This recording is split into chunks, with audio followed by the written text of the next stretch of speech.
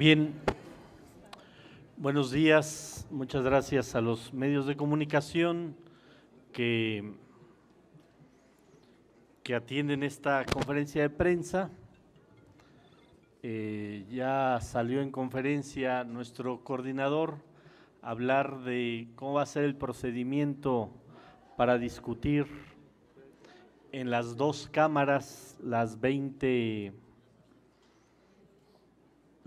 reformas que el día lunes dio a conocer el presidente de la República, y tuvo que salir nuestro coordinador por un tema familiar. Desafortunadamente fue asesinado su cuñado y le damos el pésame al coordinador Ricardo Monreal, a toda su familia, y bueno, fue a atender ese tema pues muy delicado personal, y le mandamos nuestro cariño a toda su familia. Bien, sobre las reformas que mandó el presidente, primero el grupo parlamentario de Morena acaba de definir en su reunión previa que las y los senadores del grupo vamos a participar activamente en la difusión de las reformas como grupo y en todos los estados que tenemos representación. El área de comunicación del grupo parlamentario va a estar subiendo información de estas reformas para que todos los habitantes de este país conozcan el fondo de las reformas. Segundo, que el grupo parlamentario va a participar activamente en el trabajo conjunto con la Cámara de Diputados.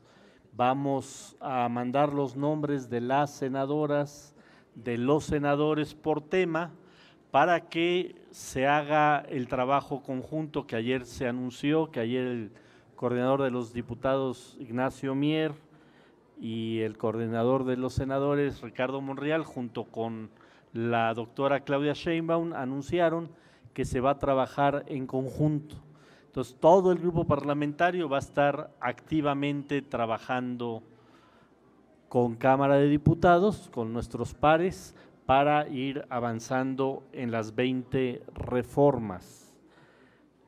Tercero, el tercer acuerdo que tomamos es que, por supuesto, que el planteamiento del grupo es ir a fondo a que pasen estas reformas, generar las condiciones políticas y dar el debate político sobre las propias reformas. Creemos que es un paquete de reformas muy completo que nos hace llegar el presidente de la República. Es parte de lo que ha venido luchando la izquierda en los últimos 40 años en este país, por lograr salarios justos, pensiones justas, derechos sociales para las poblaciones en más desigualdad, derechos de nuestros pueblos indígenas y comunidades afromexicanas, el derecho al agua, que es todo un tema que va a ser fundamental para los próximos años en el país, que no avance el consumo y el tráfico de productos que afectan la salud de las y los mexicanos, derecho a la vivienda, derecho a la salud y, por supuesto, todo el tema que tiene que ver con la reforma al Poder Judicial, con la reforma a todos los órganos llamados autónomos y con la reforma electoral que también tanta falta le hace a las y los mexicanos. Nosotros hacemos un llamado a la oposición a que, más allá de fobias que le tienen a la 4T, al presidente de la República, nos metamos a discutir cada una de las reformas, a desmembrarlas, a analizarlas, a debatirlas, para que no sea un tema político, sino que sea un tema de reflexión y que generemos las condiciones para dejar en esta última periodo legislativo de esta legislatura, pues un mejor andamiaje jurídico al pueblo de México. La oportunidad está ahí, el llamado está ahí y la exigencia de los habitantes de este país a todas y todos los políticos es que avancemos en reformas en beneficio del pueblo de México. Bueno, como introducción lo dejo hasta ahí, no sé si algún compañero o compañera quisiera ahondar en alguno de estos temas. ¿Sí? A ver, la senadora Sánchez Cordero, que nos dio una buena cátedra ahorita en la reunión previa.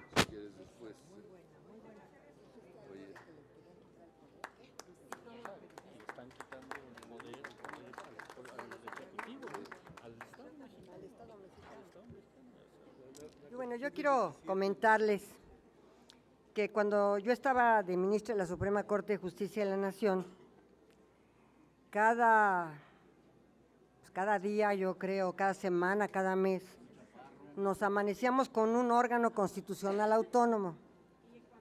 Estos órganos constitucionales autónomos ya tenían sus atribuciones, estaban como órganos desconcentrados de las diversas secretarías de Estado. Por ejemplo, la Comisión Federal de Competencia Económica estaba como órgano desconcentrado de la Secretaría de Economía. La Comisión de Telecomunicaciones estaba como órgano desconcentrado de la Secretaría de Comunicaciones y Transportes. La Comisión Nacional de Derechos Humanos estaba como órgano desconcentrado de la Secretaría de Gobernación. Hidrocarburos también estaba como órgano desconcentrado de la Secretaría de Energía. Entonces, todos estos órganos constitucionales autónomos, en mi opinión muy humilde, desvirtuaron el espíritu de la Constitución de 1917. Son órganos constitucionales autónomos que sí tienen que tener sus atribuciones y que deben de seguir, sí, pero no como órganos constitucionales autónomos. Porque como órganos constitucionales autónomos no tienen ningún control constitucional sobre ellos, ninguno. No le rinden cuentas a nadie. Y adicionalmente, solamente a la Auditoría Superior de la Federación en materia de los recursos públicos que utilizan. Pero más allá de eso, ni siquiera rinden es decir, no hay ningún control ni rinden cuentas sobre sus actuaciones, precisamente por ser órganos constitucionales autónomos. En una ocasión, yo lo platicaba con Jorge Carpizo, que era un gran constitucionalista del Estado mexicano. Y le decía, oye, Jorge, ¿por qué tantos órganos constitucionales autónomos? Y me dice, se está desnaturalizando la Constitución del 17. Adicionalmente, me dice, solamente 2 órganos constitucionales autónomos sí se requieren que sean constitucionales autónomos. Le dije, ¿cuáles son? Y miren que él era titular de la Comisión Nacional de Derechos Humanos. Me dijo, los únicos órganos constitucionales autónomos que realmente necesitan esa autonomía son, por una parte, el Banco de México, por la política monetaria, y por otra parte el INEGI, para que tenga datos certeros, independientes, y para que las evaluaciones que haga el INEGI los haga, y las encuestas, y todo lo que hace el INEGI, que es muy importante, tiene que estar como órgano constitucional autónomo. La Comisión Nacional era un órgano desconcentrado de la Secretaría de Gobernación. Entonces, ¿qué significó la creación de todos estos órganos constitucionales autónomos? Bueno, desvirtuar la Constitución de 17. Y por una parte, y por otra parte también, tener, en el mejor de los casos, o hablando suavecito, ya no desvirtuar ni desnaturalizar la Constitución, sino decir un nuevo modelo de Constitución. Y ese nuevo modelo de Constitución obedecía a ciertas políticas de gobierno que eran distintas a las que ahora tenemos y a las que ahora un gobierno de izquierda está implementando.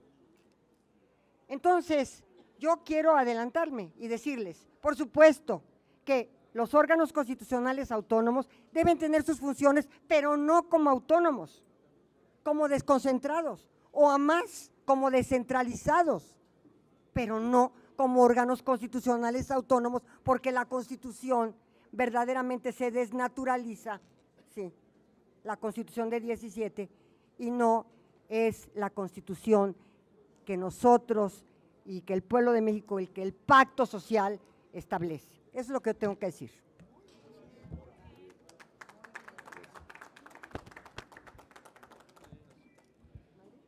Muy buenos días a todas y a todos.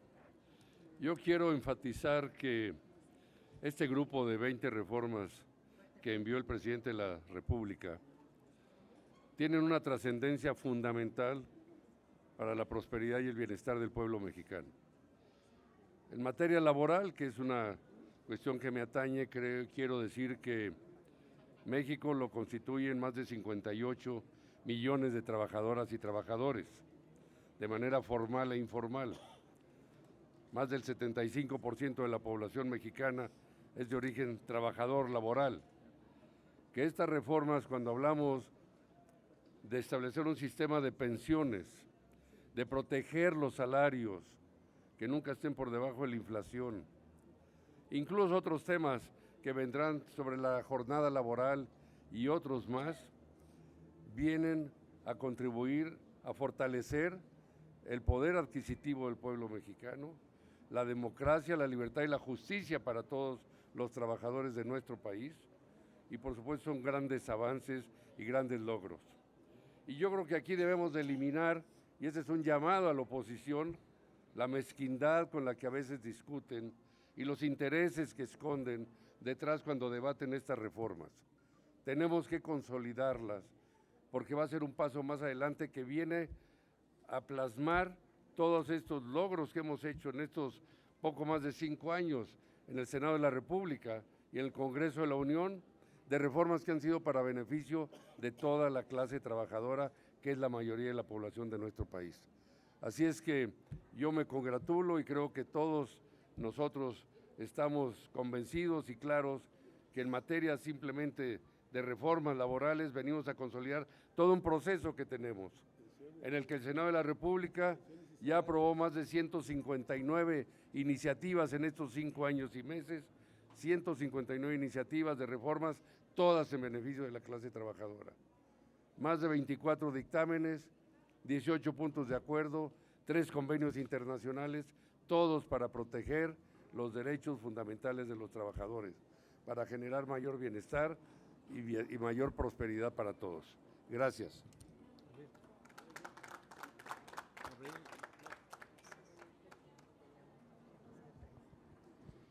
Gracias. Igualmente me manifiesto como mis compañeras y compañeros senadores el beneplácito de estar recibiendo este paquete de iniciativas de reformas que sin duda alguna rescatarán el ideario constitucionalista del 17, cuando los gobiernos neoliberales lograron quebrantar la parte dogmática y la parte orgánica de nuestra Constitución.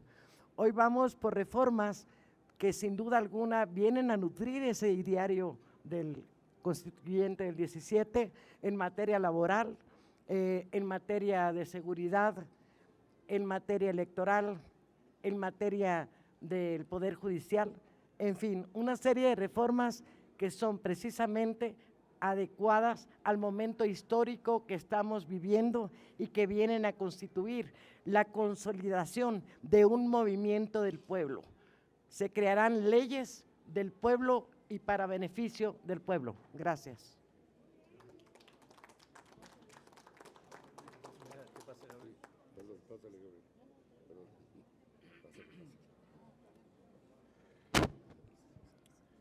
Yo quisiera recalcar la importancia que tiene esta iniciativa en materia de agua. Se vive una crisis. En el artículo 4 constitucional se establece el derecho humano al agua desde el 2012. La propuesta, esta iniciativa de modificación constitucional que plantea evitar sobreexplotar los acuíferos del país, no otorgar más concesiones y evitar la contaminación de los mantos acuíferos para garantizar este derecho humano a las futuras generaciones. Que esta iniciativa prospere significa una garantía para nuestros hijos, para garantizar el vital líquido y empezar a crear conciencia para evitar la sobreexplotación y contaminación del agua. Enhorabuena, y un reconocimiento también es a los cientos de activistas, luchadoras, luchadores sociales, ecologistas, que siempre han visualizado este sueño de que se proteja a la naturaleza. Enhorabuena por esta iniciativa y hay que informarla en todo el país.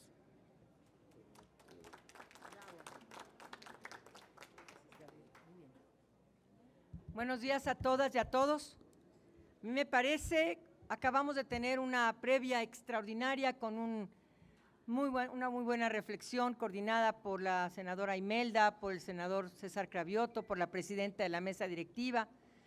Quiero decirles a todas y todos ustedes que para nosotros desde la izquierda mexicana, esta es la cereza del pastel. La cereza del pastel donde el mandato del presidente Andrés Manuel López Obrador quiere cerrar con broche de oro. Estas iniciativas son aspiraciones que desde hace 30 o 40 años veníamos impulsando en la izquierda mexicana. Esta es para nosotras y para nosotros un momento muy importante.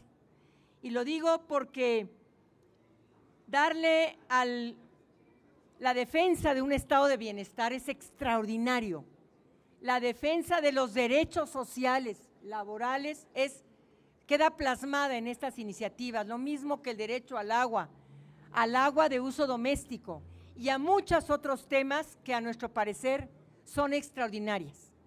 Los derechos de las y los trabajadores están plasmados en estas iniciativas, desde el salario, desde el acceso de las pensiones, desde el acceso a los créditos de Infonavit, el incorporar los programas sociales a la Constitución, ahora todavía más, me parece y nos parece que es extraordinario.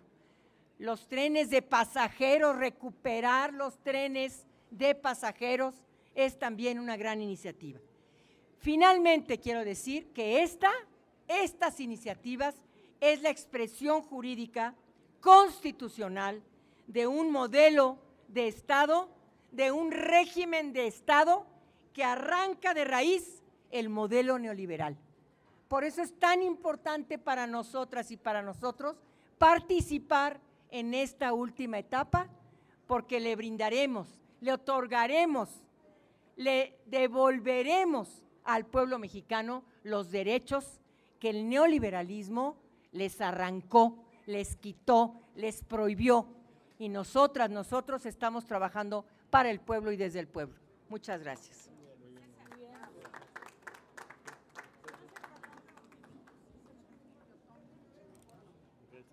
Todos pensarían que a la mitad de un gobierno este sería su momento de mayor fortaleza. Este gobierno, este proyecto de la Cuarta Transformación, su momento más fuerte es este último año de gobierno, donde Andrés Manuel anda arriba del 70% de la preferencia ciudadana, donde el proyecto de Morena se sigue consolidando y que nos va a permitir avanzar en esta última etapa, no nada más con la inauguración de grandes obras que estaban pendientes de hace más de un siglo en el país, como es el corredor interoceánico, sino también con reformas legales y constitucionales que sientan las bases de un nuevo Estado mexicano, un Estado que tutela los derechos humanos y los derechos sociales de las y de los mexicanos, que es muy importante, que protege a la naturaleza, a los animales, el fracking, los transgénicos tan importantes en el campo, que evita la contaminación y que busca construir un sistema de salud donde la alimentación, por eso los transgénicos, es la base fundamental de tener una alimentación sana para las y para los mexicanos. Creo que vamos a cerrar junto con nuestro presidente con este gran esfuerzo de buscar que estas reformas, que estas propuestas puedan avanzar en este último periodo legislativo. No se presentaron para que durmieran el sueño de los justos, se presentaron para que vayamos al debate, vayamos a la discusión y al análisis, para tratar de sentar las bases de un gran cambio en nuestro país que arroje, que elimine de aquí para adelante ese modelo neoliberal que fue tan pernicioso para las y para los mexicanos. Por eso creo que es muy importante esta última etapa donde este proyecto de la Cuarta Transformación se sigue fortaleciendo y se sigue acercando al pueblo con estas reformas. Muchas gracias. Muy brevemente, agradezco la atención de los medios de información que siempre están atentos para cumplir con esa noble tarea de informar a las y los ciudadanos. Me sumo a todo lo dicho por mis compañeros, compañeras, pero nada más quiero llamar la atención en un punto que para mí es básico y fundamental. El que queramos proteger y el que estemos de acuerdo en proteger la vida de los animales es fundamental para seguir propiciando un ambiente sano en la sociedad. Mientras estemos al pendiente absolutamente y respetemos la vida de los otros y enseñemos a nuestras infancias a que somos parte de un entorno, que no somos dueños de la vida de los animales, no somos dueños de la naturaleza, formamos parte de ella y hay que aprender a respetarlos. Para mí es enhorabuena una de las mejores iniciativas porque fomenta en nuestra sociedad el respeto a todo lo que se llama vida, consecuentemente a lo que es violencia unos contra otros está prohibido. Debemos de aprender de todas las nuevas iniciativas. Muchísimas gracias.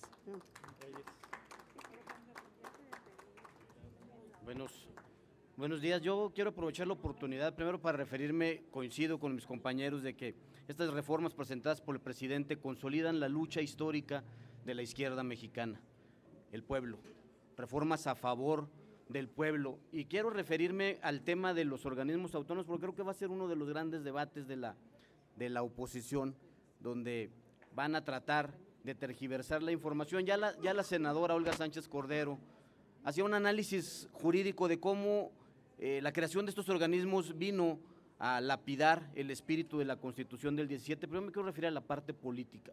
Estos organismos fueron cooptados por grupos de poder, y esa es la gran razón de esta reforma, una burocracia cara que se generó a partir de duplicidad de funciones que vino a consolidar a grupos económicos de interés. ¿Quiénes los controlan? ¿Quiénes deciden en los organismos autónomos que tienen que ver con telecomunicaciones? Pues los dueños de las telecomunicaciones, quienes en las reformas de Salinas se quedaron con el gran negocio de las telecomunicaciones. Y así están todos los organismos controlados por grupos de poder, que la lógica de estas reformas que les entregaron la toma de decisiones y que desmembraron la tradicional división de poderes en el país, vino precisamente a evitarles el riesgo transeccional, que fuera cual fuera el resultado de una elección presidencial, ellos mantuvieran la toma de decisiones en las actividades que les interesan. Esa es la razón por la que se vinieron pervirtiendo los organismos autónomos, y es una de los grandes objetivos de estas reformas, terminar con esta burocracia cara. Se han venido generando mucha burocracia. Ahora tenemos quien le cuida las manos, el que le cuide las manos, el que les cuida las manos, y de todas maneras no se terminó con la corrupción, solo fue una burocracia cara. Hay organismos internos en cada secretaría de Contraloría, hay órganos autónomos de transparencia y órganos autónomos de verificación de la función pública, hay tribunales, hay procuradurías además especializadas en materia de corrupción que no se han servido de nada, solo han generado un gasto excesivo al Estado mexicano. Y la idea no es terminar con esas facultades, que quede claro, sino concentrar esas facultades en organismos desconcentrados del propio gobierno que generen el ahorro en toda esta burocracia dorada de la que habla el presidente constantemente, y que ese ahorro se destine precisamente a los que menos tienen, al pueblo de México, a pensiones, a reconocimiento de derechos laborales, a una reforma judicial que lleve la justicia realmente al pueblo. Yo celebro las iniciativas del presidente, coincido con mis compañeros, y bueno, vamos a estar trabajando, dando el debate para que estas reformas se conviertan en una realidad en este país, donde representan precisamente la consolidación de la Cuarta Transformación, una reforma constitucional que nos coloca a nivel de una nueva constitución. Seguramente en los próximos años estaremos hablando de la Constitución de 2024 y que en esta legislatura vamos a estar empujando. Muchas gracias. Muchas gracias. Primero que nada, agradecerle a los medios de comunicación y bueno, todo mi respaldo a las 20 propuestas de reforma constitucional del presidente de la República, pero quiero referirme específicamente a una. Creo que la oposición ve la propuesta de reforma al Poder Judicial solamente desde un enfoque y se está equivocando. Si no, pregúntenle a la sociedad. Se está equivocando porque en el caso de ver solamente la elección directa de jueces y magistrados, creo que es verlo de manera parcial. Estamos hablando de una reforma al sistema de justicia. Estamos hablando de llegar al fondo del Poder Judicial Federal y estatal. Estamos hablando de llegar al fondo de las fiscalías de la República y a las fiscalías estatales, de los ministerios públicos, de las defensorías de oficio para que sean verdaderos defensores de las clases más humildes de nuestro país. Estamos hablando de las policías, estamos hablando incluso de la abogacía. Estamos hablando de una reforma profunda en un país que ha visto transformarse el poder ejecutivo y el legislativo, pero creo que el poder judicial nos queda de ver porque está muy, muy alejado de la sociedad. Gracias. Bueno, ahora sí, si tienen alguna pregunta a los medios. Sí, senador, tenemos pregunta. Les pregunta Jorge Octavio Ochoa, de la Red Social. Rápidamente 3 preguntas, porque creo que ya los compañeros ya se cansaron. La primera es, ¿de veras están ustedes dispuestos a aceptar el debate en el tema de las pensiones y jubilaciones? Porque de hecho ya hay una iniciativa por ahí que incluso va más allá, dice que hay que otorgar la jubilación y la pensión a los 60 años. La del presidente habla a los 65. ¿Están dispuestos? 2, tardaron 5 años en darse cuenta de algunos problemas, porque las iniciativas que está presentando el presidente son de gran envergadura, son incluso proyectos transeccionales. En el tema de la sequía del agua, tardaron 5 años en darse cuenta de lo que estaba pasando. Ustedes llevan 27 años en el poder. Me van a decir que era el PRD, pero era el ingeniero Cuauhtémoc Cárdenas y luego el compañero Andrés Manuel López Obrador. Tardaron 25 años en darse cuenta y no hicieron lo suficiente. Y la tercera, en el tema de los órganos autónomos y dicen que hay que cuidarle las manos. ¿Por qué tenemos que creerles a ustedes los legisladores cuando, por ejemplo, en la Cámara de Diputados apenas el año pasado se llevaron 2 años y no rindieron cuentas nunca? Por lo menos está publicado en los periódicos, en un periódico, en el Universal, y no rindieron cuenta de los gastos que hicieron en viáticos, remodelaciones, concesiones que se dan entre ustedes los diputados, no sé los senadores. Pero ¿por qué tenemos que confiar en ustedes los ciudadanos en ese tipo de autonomías que dicen para cuidar las manos? ¿Quién les cuida las manos a ustedes? Bueno, sobre la primera pregunta, por supuesto que estamos invitando al debate. queremos que haya debate de estas reformas, queremos que la oposición haga sus planteamientos sobre las reformas.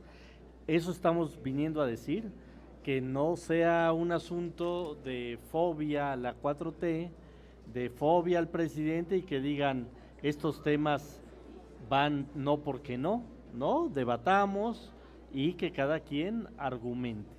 Obviamente nosotros a favor y ellos que digan lo que tengan que decir. Es un debate abierto a la sociedad, al pueblo de México. Sobre el tema del agua, no, por supuesto que se ha trabajado mucho en este gobierno y ahí tenemos el programa de Agua para Todos y aquí Gabriel nos puede platicar más de ello. Y justamente porque se ha invertido, y estamos hablando, porque se habla seguramente de la Ciudad de México, ¿no? Justamente porque se ha invertido, el tamaño de ciudad que tenemos, no hemos llegado a la catástrofe.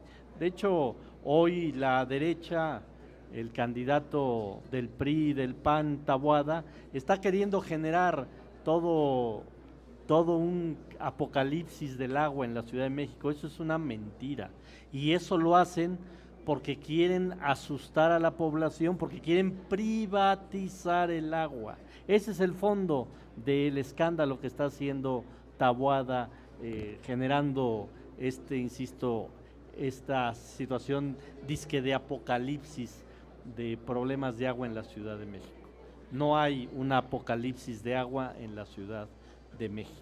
Y creernos, pues claro que sí, nada más hay que revisar el gasto que tenía este órgano legislativo antes de esta legislatura. Hay que ver cuánto gastaban en las legislaturas anteriores que eran administradas por la mayoría del PRI o por la mayoría del PAN, para que nos demos cuenta cuánto gastamos hoy en este órgano y cuánto se gastaba en el Senado de la República en legislaturas anteriores. Muchas gracias. ¿Puedo hacer una acotación? Fueron 1.800 millones los de 2 años que no se rindieron cuentas en la Cámara de Diputados. Ah, bueno, estamos en la Cámara de Senadores. Ahí pregunten en la Cámara de Diputados. La pregunta es abierta. Pues porque es que me hace una pregunta de un órgano en el que no estamos. No. Eso pregúntenlo en la Cámara de Diputados. Legislativo. No, pero cada cámara maneja sus recursos y su administración. O sea, son más honestos usted me hace una pregunta de algo que no le puedo contestar porque no estamos en esa cámara. Son más honestos unos que otros. No. Pregunten en la Cámara de Diputados. ¿Cómo nos pregunta a nosotros 1.800 del gasto en la Cámara de Diputados? Pues sería todo, no tenemos más preguntas registradas. Muchas gracias. Les agradecemos mucho a las senadoras y a los senadores de Morena. Gracias y buenos días. Y comentarles a nuestras amigas y amigos